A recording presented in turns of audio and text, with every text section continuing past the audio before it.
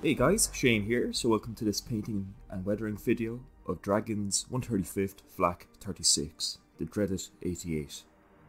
So in this video we're going to be covering the full painting and weathering process step by step of this kit, and in later episodes we're going to be making a full diorama for this kit. So flashing up now is all the paints, oils and all other products used in this tutorial, so feel free to pause this and take note.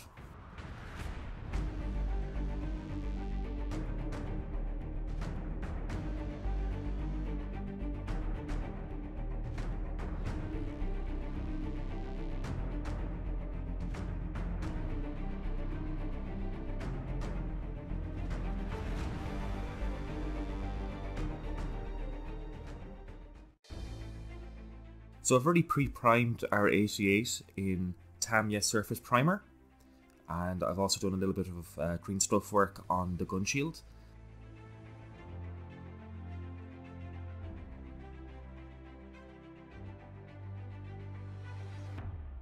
This model is actually quite complicated, and by right I really should have left the gun shield off as well, so I would recommend that if you are doing this kit or painting along with me, leave the gun shield off the 88 itself, because it does prove a bit difficult. So now I'm going to start mounting this. People often ask me how I mount my parts of my models for painting, and it's quite literally just a bottle and some blue tack, and that's, as you can see here, there's nothing really to it. So just take a little bit of poster tack or blue tack. In this case I'm just using some of the smaller Vallejo thinner and varnish bottles, and I'm just pushing them into some blue tack, and they're actually very handy little handles for what we need. So now I'm going to start adding a quick pre-shade to our 88, and for this we're going to use some Tamiya XF69 NATO Black. So I'm going to tint this quite a bit heavily, so I'm going to put about maybe 30% paint to about 70% thinner. In this case we're using the acrylic thinner, the X20. Now later on in this video we're going to be switching to lacquer thinner, just because I had it on order when I started this project.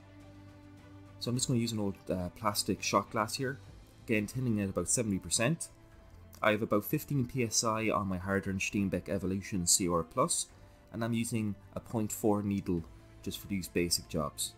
And I'm just going to start adding this darker colour into areas I feel that shadow would form. It's only areas that are kind of tucked away or obscured by other details. It's also a bit of an assurance policy, just to ensure that we don't have any of the grey primer showing through our paint job, especially if we miss something with the airbrush.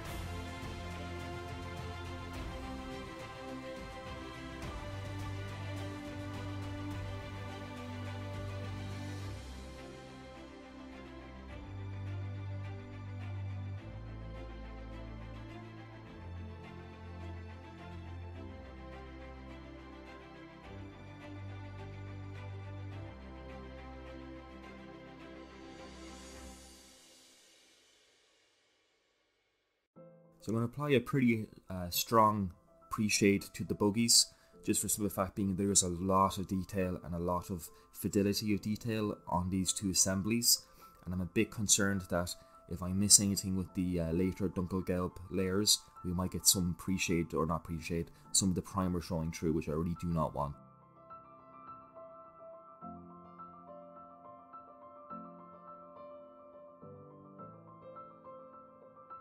Now looking back, I could have even left the tools off these buggies just to make life a bit easier, and I would recommend doing that if you're building along. So now I'm going to work on the base coat for our Dunkelgelb, and for this we're going to use XF68 Dark Yellow 2. This is the newer dark yellow colour, just recently enough released by Tamiya.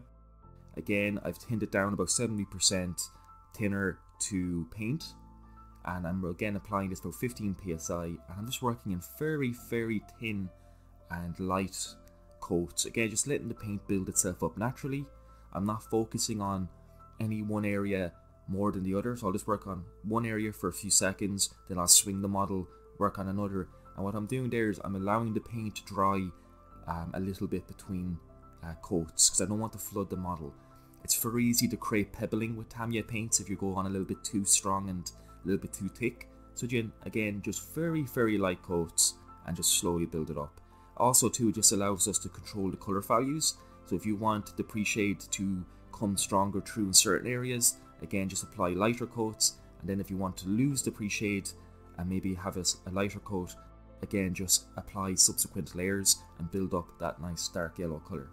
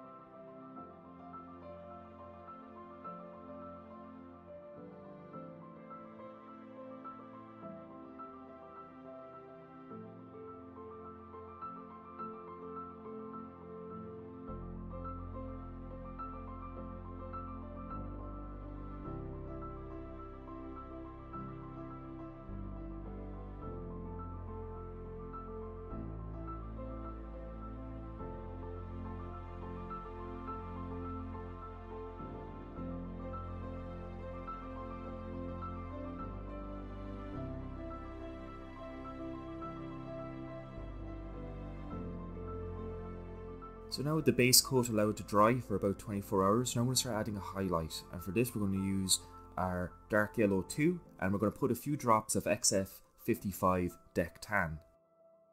Now I forgot to film this part, so what I really just did here was again tinned it down about 70% thinner to paint, and then I focused this lighter colour into the centre of panels. So you can kind of see here on the gun shield that I've made the centres of the shield very light. Again here on the gun cruciform.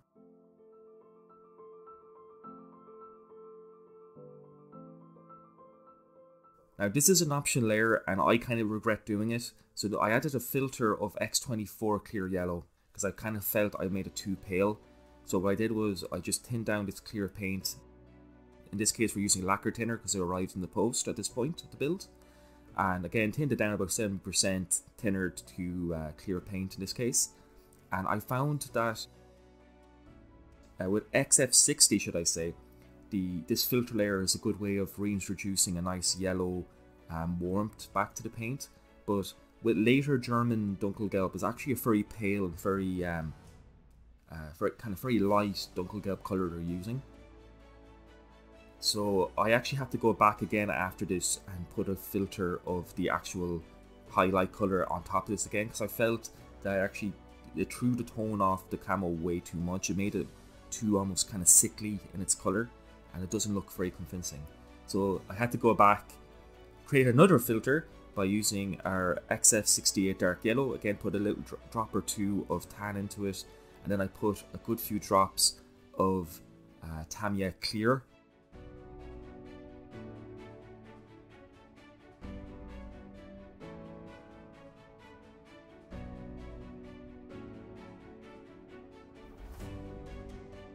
And putting this down very light.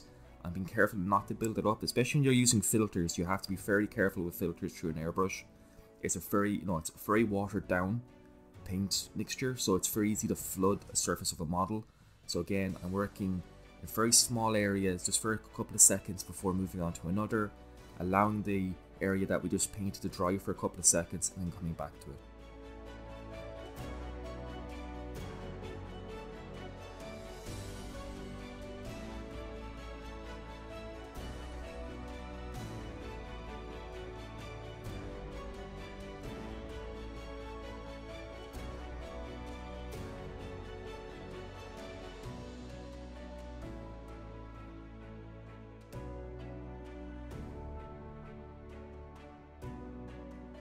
I'm also going to focus this onto like areas where a lot of light will gather as well, again just to add a bit of tonal differentiation from various details. So now we're going to move on to adding some camo to our 88, and now we're going to switch to XF89 dark green 2. So I kind of want to give this 88 kind of like a splinter camo scheme. Again, this is somewhat fictional. I kind of want to give it that late war that they're just basically using whatever materials they have at hand. So in this case, we're just going to take some tammy tape, and I'm just going to make some straight lines here, just going kind of diagonally across the gun shield. Now, I hate masking things, but with this type of assembly, it's very necessary. It's easy to get overspray. So I'm going to be very careful just to ensure that I mask this well. And get our dark green too, tin it down exactly the same, again 70% thinner to paint ratio. Turn the airbrush to about 15 psi, and again just slowly building up this colour. Doing it in small strokes, as you can see here. I'm not trying to paint the entire camo pattern in one go. Slowly building it up, doing small takes at a time, and slowly building it up. I'm also going to add it here to the armoured cover for the gun sights.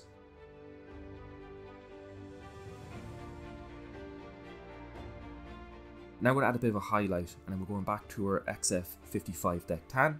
Again, I'm just going to add a couple of drops. It's up to you how light you want to make it. I just added about 3 or 4 drops to the mix, and then while it's still masked, I'm just going to focus this lighter green into the center of the green areas. Again, going in a vertical motion just to build up a highlight.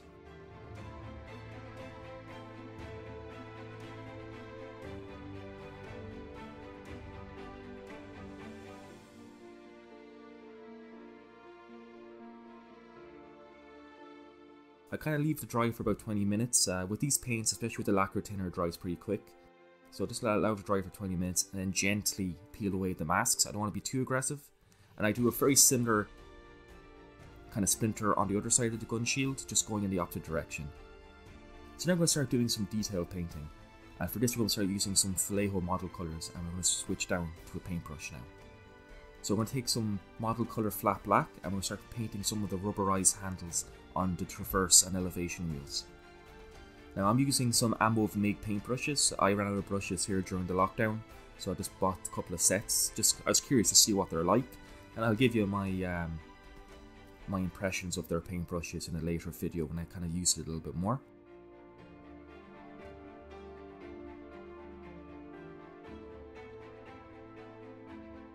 I've thinned down this paint with a drop or two of water just to allow it to flow a little bit better.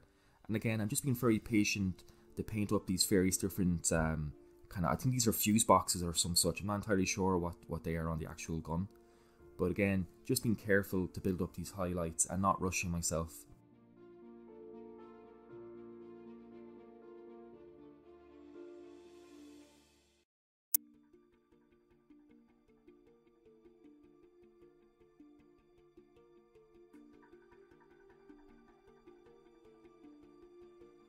So for the Erasmus, or the elevation indicator, I'm just going to take some model color, or should I say model air, metallic black. I'm going to very, very carefully paint this in.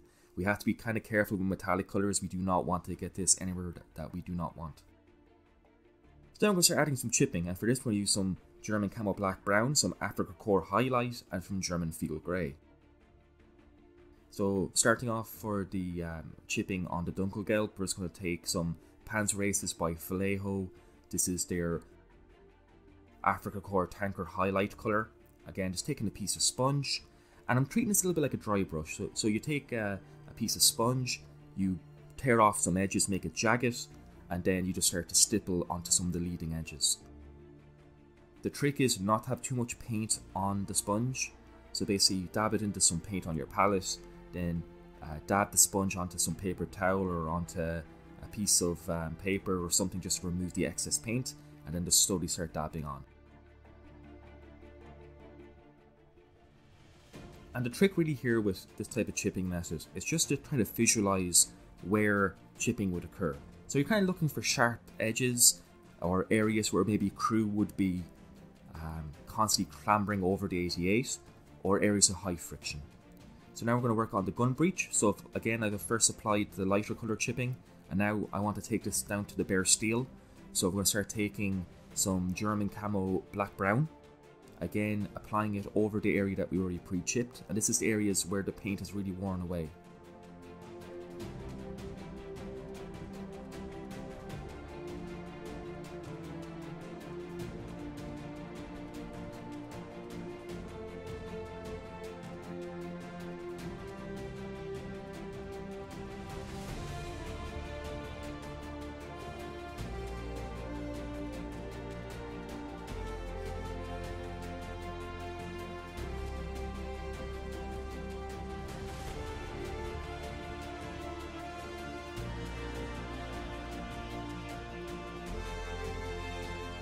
Now we're going back to the gun breech. So I want to have some like kind of shining steel showing through the area of the gun breech. So we're going to take some Model Air steel. Now this, as you can see, is a very bright metallic colour. It's actually one of my favourite colours of brush painting, even though it's actually an airbrush paint. And what I'm going to do is I'm just going to pick out some of the real sharp edges of the areas that we've stippled the Camo Black Brown into.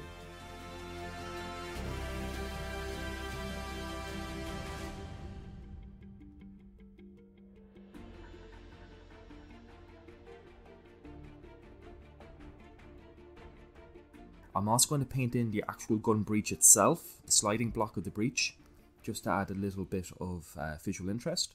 Also the recoil rail here, I'm going to paint that just straight up steel. Now this is a very bright colour, but we're going to be adding washes on top of this to tone all this back.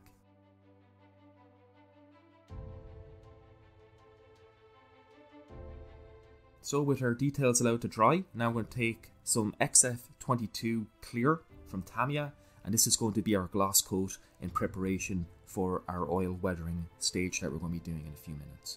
So just going to apply several thin coats to the various sub-assemblies. Again, just building it up over time. Again, be patient, don't rush this step, especially it's very easy to kind of completely just flood a model with varnish if you're not careful, so just take your time with this part.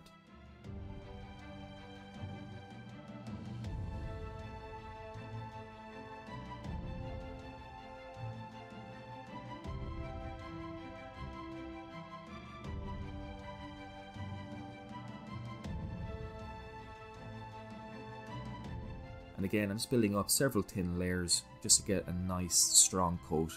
And also because the lacquer thinner is actually going to create a very strong paint surface. And with this, we're going to starting my favourite part of every model build, the oil modulation and weathering. So I like to use sets from 502 Octilon. So we're going to be using the paints or the oils from their modulation and weathering set.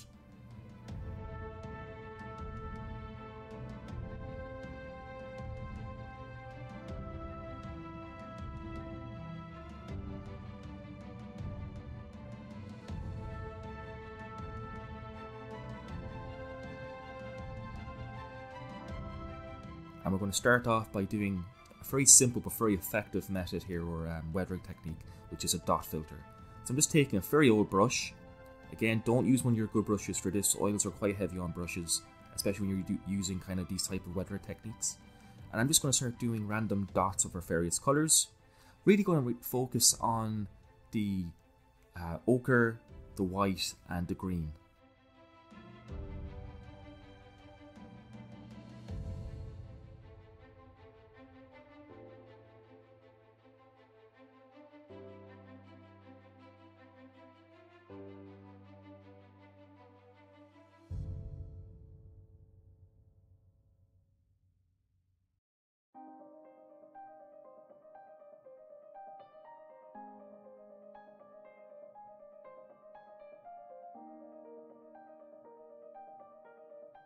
So now I'm going to take a wide, relatively soft bristle brush. I'm going to slightly moisten it in white spirit, or in this case artist's white spirit.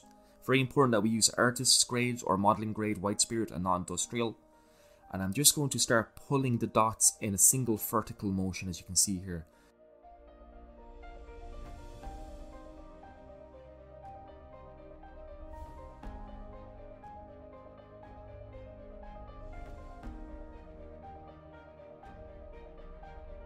So this could be jarring, especially if you're not used to this method, so you might kind of panic a little bit as you see just what a mess it can create.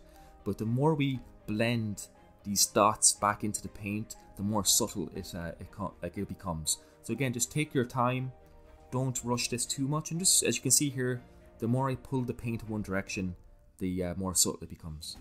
So now what I'm going to do here is I'm just going to take a completely dry and clean brush. This is a very wide and soft bristle brush. And I'm just going to pull it in one direction, and this is just going to blend all of those streaks out into a very subtle and kind of less jarring and less stark effect. As you can see here, it just kind of takes the punch out of it ever so slightly.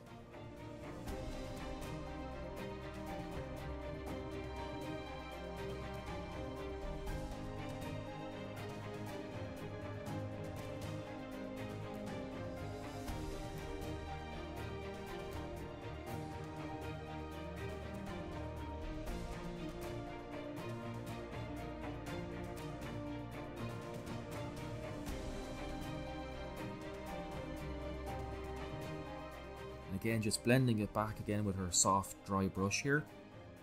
Now it's very subtle, you can barely see it on camera, and that's exactly what you want. The more subtle the effect, the more in scale it is basically. It might seem a bit counterintuitive, but it's just something to bear in mind when you're weathering your models. Now I want to kind of add a bit of grease here, so I'm just going to take some 502 Octilong Shadow Brown, again just dot it on, pull it back. Now you can see it's really messy, but we're just taking our brush here that's been moistened in white spirits, and we're going to blend that back, and then we're going to take our dry brush and blend it back even further.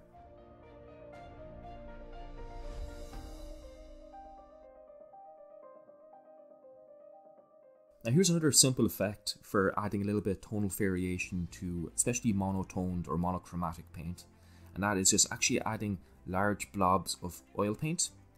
And what I'm going to do here is I'm taking the dry brush, there's no white spirit on this, it's just the brush itself, and I'm going to start tapping it and blending it out onto the surface. So I'm just tapping it in, and then I'm going to start blending it out, and it's just going to create slight little tints on that paint. And I'm doing it kind of by section, as you can see here. So, you know, one of the cruciform legs, I might put a bit of ochre down, then I'm going to blend it out. I might then put a little bit of white on another section of the legs and blend it out. And it's just a very simple and effective way of creating a little bit of tonal variation. Now, we're going to add a little bit of dirt. Again, this is optional, I just wanted to experiment a little bit. It's always good to experiment a little bit with oils. They're very forgiving. If you don't like it, you can just wipe it away with white spirit. And I'm just taking some of our earth oil paint from 502. And I'm just painting into areas I think a bit of grime would build up. And then again, just blending it back. You know what I mean? If it's too strong, you can always come in with a slightly moistened brush with white spirit and work out the excess, and then blend it back with a dry brush.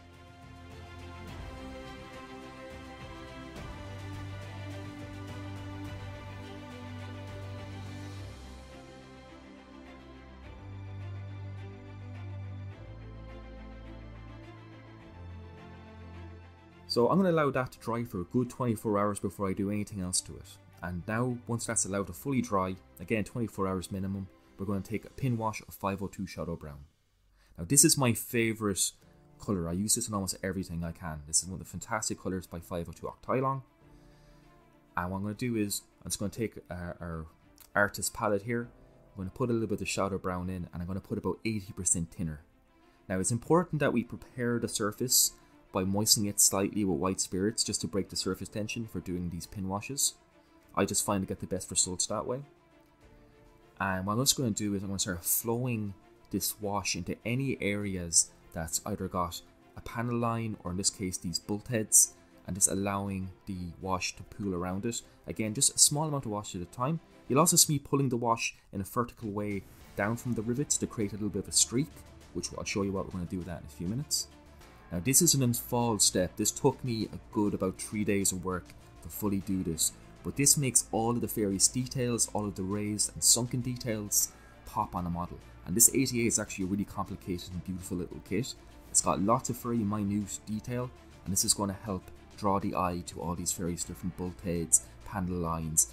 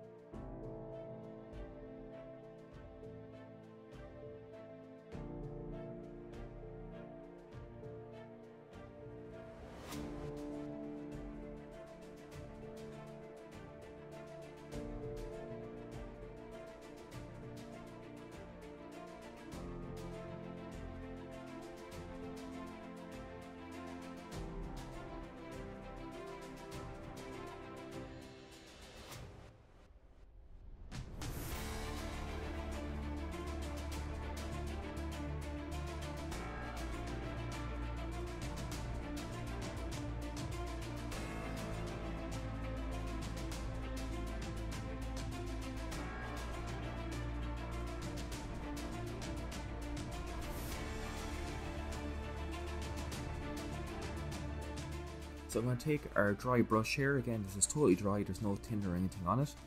And the areas that I allowed a bit of a tail of the wash to form, I'm going to start pulling that in a single direction. And I'm going to slowly start blending it out. And as you can see here, it just creates a very faint streak. Kind of looks like grease or something like that, kind of grime just streaking off some of these bolts. Now you will get little areas like this where you get build up, especially when you're laying down the wash. So I'm just going to take a brush that's been dampened in white spirits and then a Q-tip here, and just sort of rub away some of this excess. But I'm also going to use it as a way to add a little bit of weathering by just pulling it in one direction as well. Again, you can just kind of use as many little things here just to create visual interest.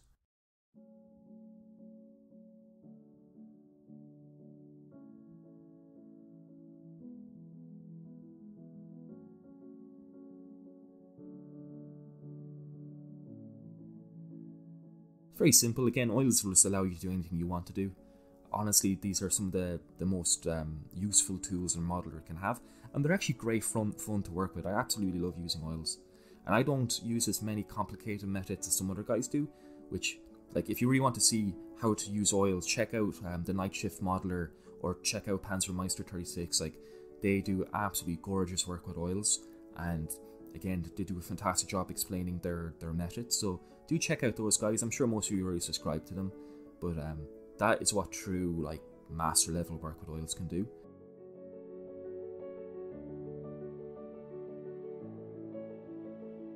So again, just kind of cleaning up any of the excess. Again, just using a brush that's been moistened in white spirit, just to remove any areas I don't want to wash. And as you can see here, it literally just comes right off. There's no real hassle with oils at all.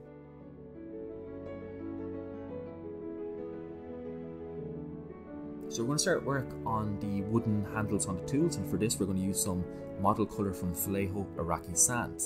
Now this is a fantastic colour for basing your wood. I don't really use it for rifle stocks per se, but things like Pioneer tools or tanker tools, if you like, on your armoured vehicles, this is perfect for. So again, I really should have left these tools off and painted them and glued them on separately because they were a bit tricky. But again, I've thinned down my paint with a little bit of water, not too much. And now with a number 10 brush, we're going to very carefully start painting in this detail. Just taking our time and just slowly building up this colour. I don't really mind painting tools and details in place, I kind of gotten used to it.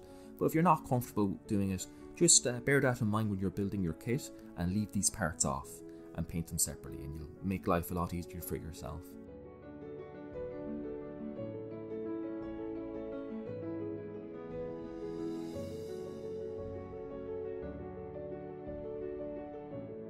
Then for the actual tool heads themselves, or the iron details or metal details, I'm just going to take some model colour German Camo Black Brown, and this I found is a fantastic colour just for creating kind of a non-metallic metal look for things like axe heads or shovels and what have you.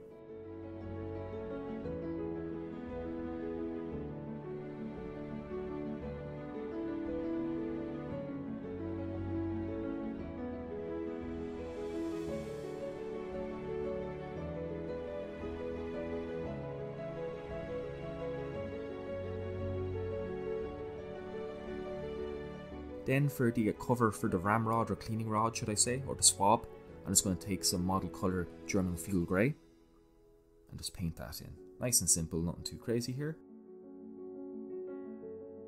You'll also see that I painted the cushions on the chair, and that's just flat black.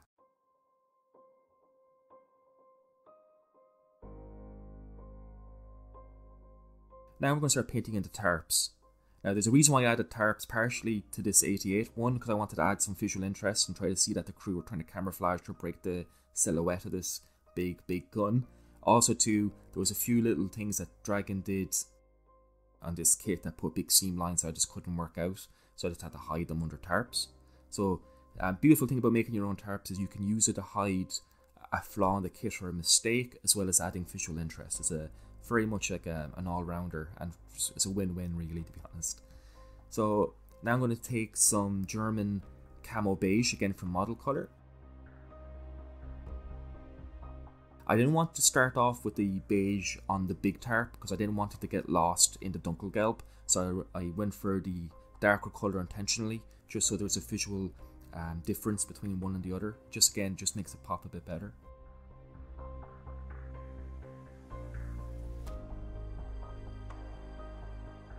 Now again, just taking my time here, I don't want to be too rushed with this. And then I wanted to add, you often see a lot of modelers who are painting kind of 1945 German equipment. Will put like rags and like cloth on the side of their tanks as kind of like an urban camouflage to break up the silhouette, which I believe the Germans actually did do in the later stages of the war. And for this, we're just going to take some Vallejo Model Air, not Model Color, dark grey blue, that's it, dark grey blue. This is a fantastic colour for kind of creating like a dark material. As you can see, it's very thin. I haven't tinned this down in any way. This is straight out of the bottle, as Model Air is pre-tinned for airbrush use, but it also means it paint brushes or hand brushes on immensely well. Now it does take about 2 coats to build it up, but as you can see here, it just goes down super thin, and it just flows onto the areas you want. It's absolutely gorgeous stuff.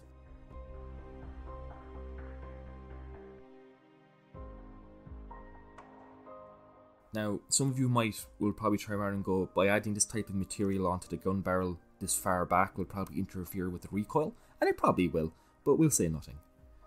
Now I'm going to move on to adding some of my favourite little details, which is wood grain. And wood grain is actually really easy with oil paints. So what I'm going to do here in this case, I'm going to take some artist oils. This is some burnt umber. In this case, this is some Rooney artist oil. So you can use any artist oils you want, like Winsor & Newton or whatever. This is just some cheap grade artist oil. And I haven't tinned this down. This is straight out of the tube.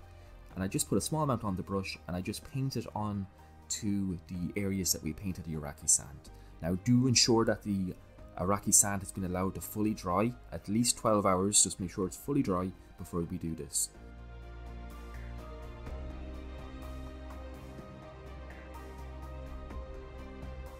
And then what I'll do is, once it's painted on, I kind of will pull in one direction on this bigger area, just to kind of create wood grain. And then what I'll do is, I'll just take a brush that's slightly moistened in white spirit, like you can see here, and just pull in a single direction, and that just gives a very nice and simple wood grain effect. So now moving on to adding a wash to our tarps, and for this we're going to use some Citadel Agrax Earthshade. Again, this is one of the staples of my painting toolbox. I love this stuff, and it's very good for kind of big material. Now I put it down quite heavy, as you can see here, but I'm being careful just to make sure it doesn't pool too heavily in one area, so I do try to spread it out and keep it even.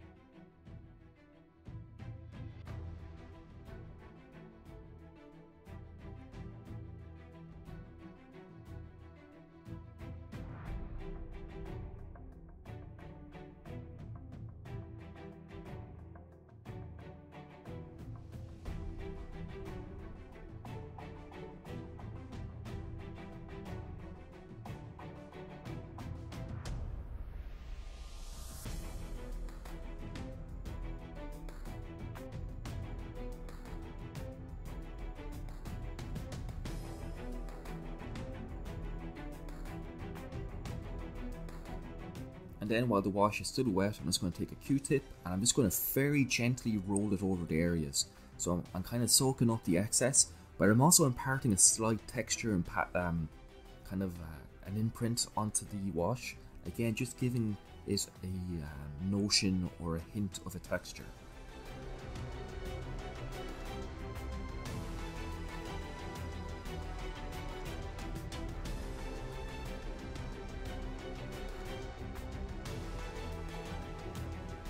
So now we'll start adding some highlights to our dark grey material here. Now I didn't put any washes on this, it's dark enough, it doesn't need any shading.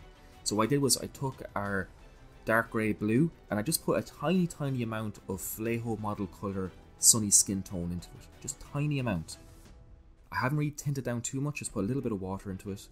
And as you can see here, I'm just kind of tapping in this highlight colour onto the really raised areas of this material.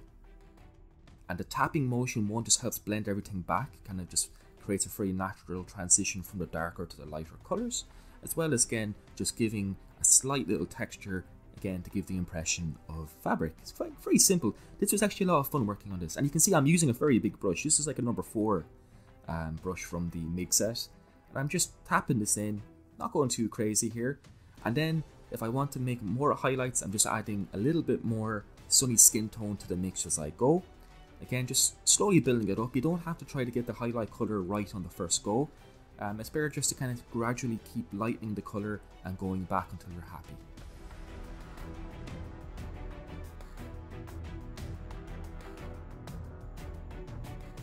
And now, since we're highlighting things, we're going to keep working on our tarps. So the wash has been allowed to fully dry. Didn't take that long, about maybe 2 or 3 hours.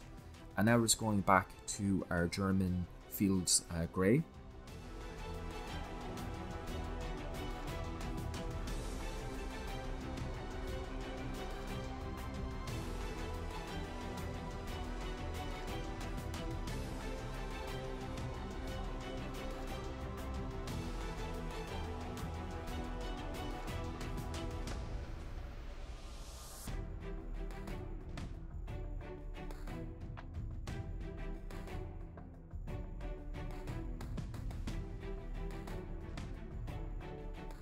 Then going back to our German Camo beige, doing exactly the same thing, thin it down ever so slightly, and now just colour in to build up this highlight.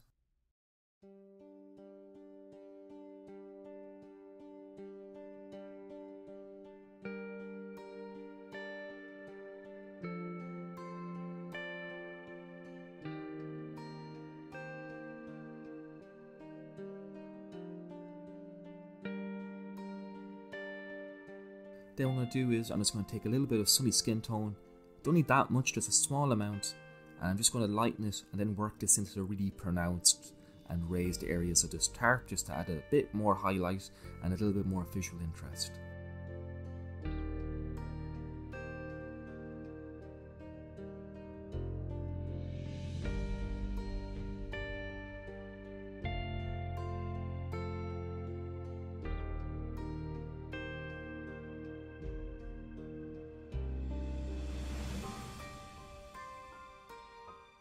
So this top little tarp here, this is actually just a bit of khaki. Again, exactly the same.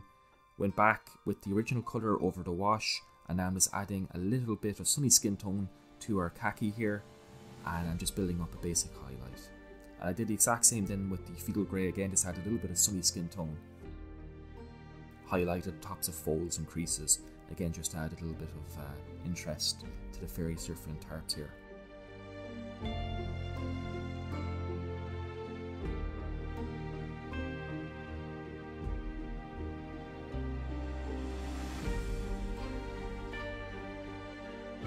So now we're going to add a layer of dust. Again, we're going to take some Panzerrace's German tanker, or sorry, Afrika Korps tanker highlight. I'm going to heavily tint this down with airbrush flow improver. This is a model color paint. You can airbrush these just fine. I have a full video in the description how to do that. So I tint it down at least 80% flow improver to paint. Turned my PSI down to about maybe 12 or 15, and I'm really gently building up this dust layer. And I'm kind of focusing it to the bottom of details and then working my way from there. Again, as you can see, just small layers at a time. I'm not trying to be too greedy with this, just taking my time and seeing what I like and what I don't like. Now the buggies are going to get a lot of attention just because they're the nature of them. They're going to be, you know, these are things that are the closest to the road. So I'm going to actually kind of build this up. It's also a handy way of kind of diffusing some details and blending things together. So I'm literally giving this an all over coat, but again, it's very thin, and I'm just slowly building it up. I'm not rushing this. This could destroy everything if I go too aggressively. So now we're going to come on to our final layer here, and this is going to be adding a sealant layer. So for this, we're going to use some Vallejo Premium matte varnish, should I say, and again, just some airbrush thinner. I tend to use the airbrush thinner only for things like varnishes with Vallejo, and then for everything else I just use the airbrush flow improver. And again, tint it down as you would a normal paint, you know, so about 50-50 I find works quite well actually with the thinners. They like to spray at slightly high PSI, so I'm spraying about 20 PSI here. And again, just quick blasts and then slowly building it up.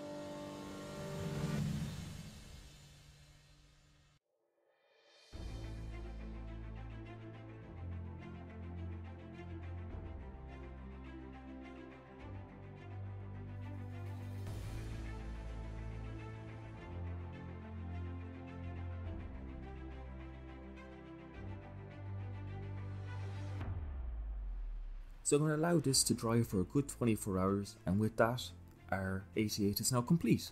So guys, I really hope you enjoyed this video. Hopefully you noticed that the sound quality is improved. I just recently bought a new microphone, so hopefully that will really just add to the overall experience of watching the videos and make it more enjoyable. I really do hope. So guys, thank you so much for watching. I really hope you enjoyed this video. Do join me when we do a full little vignette or diorama for this project. And also we're going to be returning to Panther 126 very shortly, guys. This was actually a little bit of a test piece that I wanted to do just to see how I wanted to approach the Dunkelgelb for Panther 126 when we come back to it in the coming weeks. So guys, thank you so much. I hope you're all keeping safe again during these troublesome times with the great pestilence. Stay safe out there, guys. And hopefully I'll see you all very soon. Thank you for watching. Again, big thank you to my patrons who make these videos possible, and I'll catch you in the next video. I've been Shane, and bye bye.